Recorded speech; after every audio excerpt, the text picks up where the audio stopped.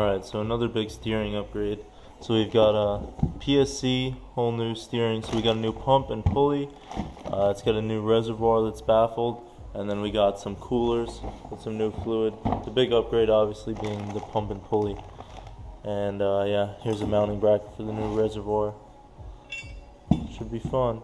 So the first thing we're going to do is remove the serpentine belt, which is pretty easy, and you might want to just change it while we're doing this. So on these newer model Jeeps, it's really easy. It's just a 1/2-inch square drive, and you just rotate this right there and it takes the tension out of the system and you can remove it.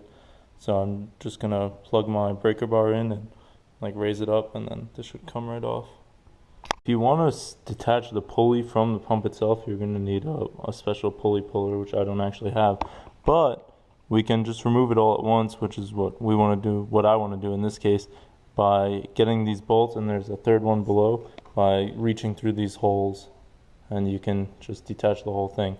So we're going to have to do that and then detach. So there's the high pressure line right here and the low pressure line. You probably can't see. Let me get the flashlight.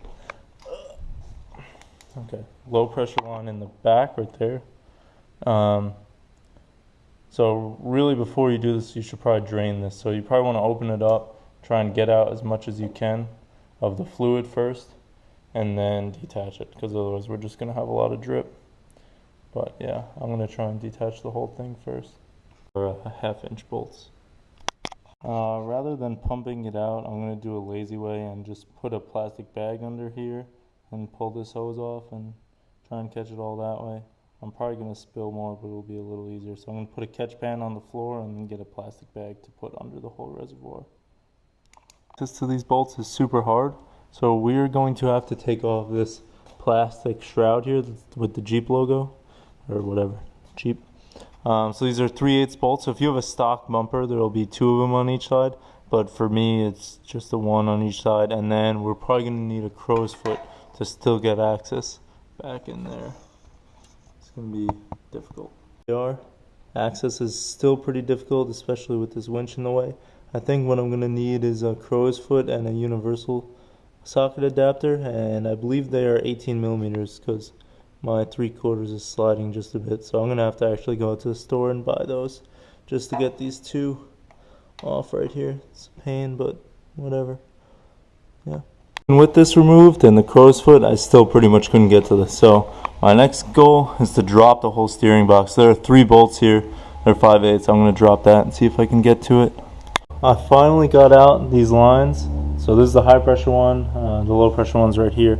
After a lot of work, I needed both an 18 millimeter open end wrench, and I've got this 18 millimeter crow's foot with a universal joint extension and a breaker bar. And I would come at it kind of like this. Just a huge pain, but I finally got it. It took me way too long to get this off, but hopefully easier going forwards. We're going to remove the grill next. So to start, we're going to remove the 2 strut brace bolts. These are 13 mils, and then these 2 for the radiator. These are 3/8. Side where the grill connects to the fender, there are these 3 bolts that are all 13 millimeters. 1, 2, 3 on each side. So one more 5/8 bolt right here. It's this body mount bolt underneath right before the radiator. And then there are 4 10 millimeter bolts. Here's one of them right here. And then there's one below and then 2 on the other side that hold the radiator on. And these bolts right here were just spinning. I had to actually like pry them with the flathead screwdriver and then Dremel them off. Quite a pain. But I think it's finally going to budge. 10 mil bolts. There's 2 at the top and 1 at the bottom. It's for this triangle shaped or V shape, whatever you want to call it, cross member, I guess. There are 10 mils. 2 more bolts. So you see we're just more towards the vehicle of this body mount bolt, and there's 2 that hold the evaporator, I think. So there's one right there, and the other one is hold on. A lot of dirt's gonna fall out, as you can see. And yeah, the other one's right there, 10 millimeter again. I highly suggest getting a ratcheting 10 mil for this. This thing has come very much in handy. This is a huge pain, way more than it looks, getting all these bolts. So I managed just to loosen all the bottom ones so I can kind of pry it. I got out this little bracket with the bottom bolt. I managed to slide in the new bracket for the two coolers sideways, and then I'm going to drop in the coolers and fasten them in there. It's going to be a pain, like tightening them all down in there, but it's better than doing it then, because if I put them on first, I'd have to actually take it off to be able to slide it in. So we'll see. I don't know, or maybe I could. We'll see. So these bottom two bolts you don't have to take out all the way. You can just open them up enough and then slide the whole thing off. So once you finally got it off, here's the order that I'm putting it back in. So first I put in this new bracket and put in just the bottom. Leave these top ones off, so I'm going to have to pry it back to slide in the new coolers. So I'm going to put these in, put the screws in. I probably have to put the head of the bolt towards the inside of the engine bay, otherwise like it'll stick out too much and puncture the evaporator for the AC. So yeah, we're gonna try it. Back in the 6 fender bolts, I put in these 2 firewall tie-ins. So now I gotta put in the new lines back onto the steering box.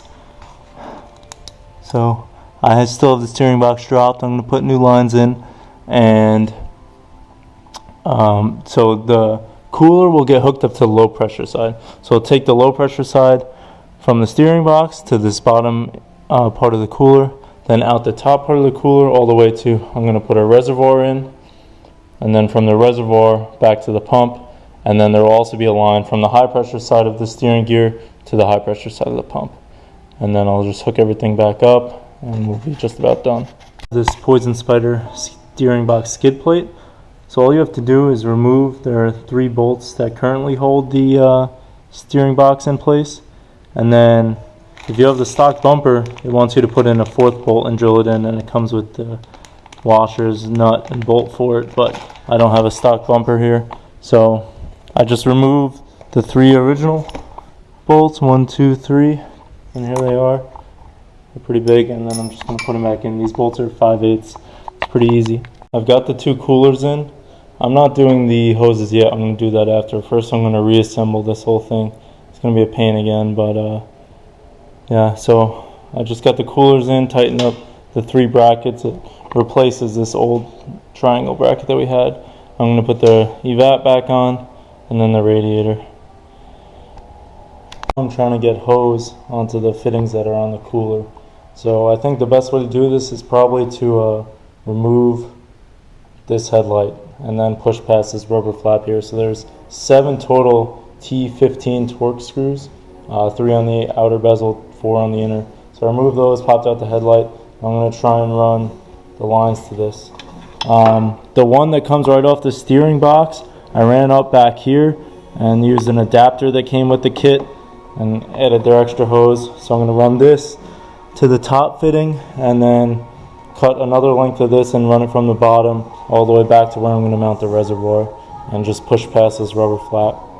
These 2 bolts that had the Dremel up here, and now there are 2 more for the evap on the bottom that I got to put in, and then we'll probably put that big body mount bolt back in. A lot of effort. I got the hoses attached, so I ran the one that comes right off the steering box up through and under here, and the other one I attached below, went under and pulled up over here.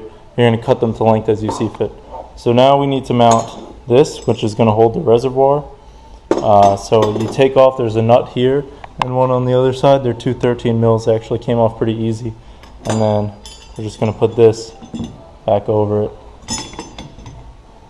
Maybe. We'll see. So once you attach this with those 13 millimeter bolts, then you have these 2 13 millimeter nuts and bolts that come with it that supply. Then you have a 532 hex pit that tightens the reservoir down, and then you can attach your inlet and outlet hoses, and I used extra worm clamps. When you're putting the new pump in, it doesn't take all 3 screws. One of these, even though they could have just made this go straight through, it doesn't. It kind of stops midway. It took me a while to figure that out. And so then you attach the other fitting. I use the 90-degree one here, the 45-degree one here, attach the high pressure line, and now we're ready to just put the serpentine belt back on. Before you start the vehicle, is first we're going to add fluid into the reservoir, and then I'm going to just hand turn this pump a bit, just to cycle the fluid through the system. You do not want to turn the engine on. So what I'm going to do then is jack the front axle up, and in order to bleed the system, I'm going to turn the steering wheel lock to lock a bunch of times, because there's a lot of air in this system right now, probably at least 30 times, and just keep adding fluid as necessary, because the level should go down as you keep turning the wheels, and do that until the level stays constant, and then I'll finally turn the engine on and it should be good. You need to make sure you have your key in the ignition in order to turn the tires. It took me a second to figure that out. For this pump they recommend Swepco 715 power steering oil.